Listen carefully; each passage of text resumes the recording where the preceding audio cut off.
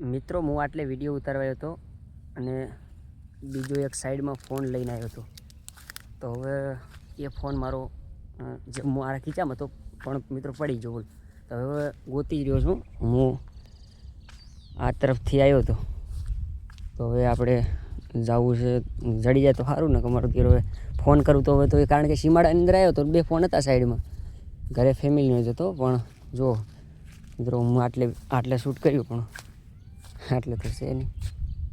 શું કરું કહો યાર. નહીં કે હવે પેરાપેર વિડીયો બનાવી નાખો. તો મિત્રો હંમેશા માટે યાર ખીચામાં રાખો પણ ખાસ કરીને આવું તો હવે મારું યાર વિચાર છે. આમ સીમાડામાં પડ્યો છે એટલે વાંધો તો ચોય નથી યાર, કારણ કે મળી તો જવાનો જ છે. કારણ કે હું જ્યાં ફર્યો છું એટલે તો હું જવાનું જ છું. હા પણ આ તો મને એમ થયું કે હાલો વિડીયો બનાવી દઈએ યાર. આટલે શૂટિંગ કરવા આવ્યો ને ફોન પાડ્યો. બોલ એટલે વિડીયો ઉતારતો તો મને એમ થયું કે આપણે અહીંયા થોડા બધા કટ લેતો હતો યાર. કટ લેતા સાઈડમાં ફોન પડી ગયો. એટલે જો મિત્રો આવા બાવરામાં કરીને પણ હું શૂટિંગ કરવા આવ્યો હતો. બોલો તો કટ કરતો હતો કટમાં રહ્યો ને યાર ફોન પડ્યો રહ્યો. અને હવે ઘરે જવાબ શું દેવો યાર, કારણ કે આટલે કર્યું હતું. જો આટલે શૂટિંગ કર્યું હતું હું પણ બે કર્યું હતું મારો દિયર. હવે ફોન પાડ્યો હવે જે, કારણ કે જવાબ હવે ઘરે મારે દેવો તો પડશે ને. એટલે મળી તો થશે મને વિશ્વાસ છે, કારણ કે સીમાડાની તો કોઈ તો લેવાનું છે નહીં. પણ હું જ્યાં કટ ઉતાર્યા હતા એ જગ્યા પર હવે ફરી રહ્યો છું. મારો દિયોર રિંગ કરું તો પાછું રિંગ કરી તો અવાજ તો આવતો નથી યાર. શું કરું કહો. નકર હમણાં રિંગ કરી નાખું પણ હવે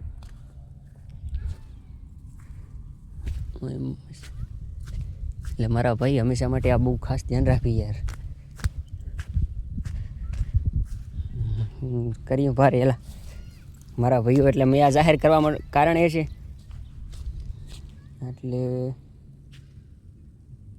છે શું કરવું હવે યાર. મિત્રો આવું તમારી જોડે બન્યું હોય તો કમેન્ટ કરી દેજો ને. મને એવું થયું હવે મને યાર થોડોક વિચાર થયો કે હવે શું થશે, કારણ કે ફોન છે 15,000નો. આમ તો 15,000નો ફોન છે. આટલે શૂટ કર્યું હતું.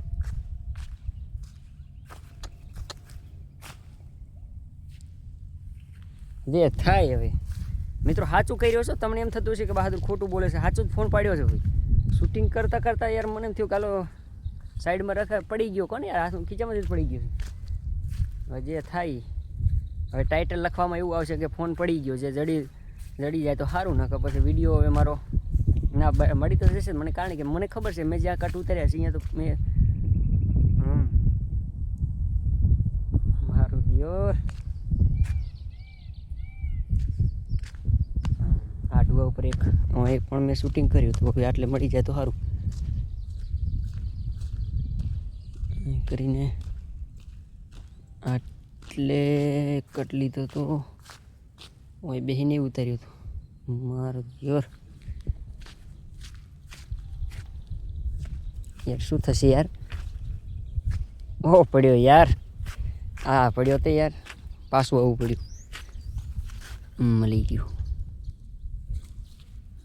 છે ને મિત્રો. આટલે હું શૂટ કરી રહ્યો હતો ને આ છેલ્લો કટ જ મેં લગભગ આટલે જ ઉતાર્યું હતું. કોને યાર છેલ્લો કટ નહીં, આમ તો આ બાજુ આ સાઈડમાં અહીંયા પણ મેં શૂટિંગ કર્યું હતું.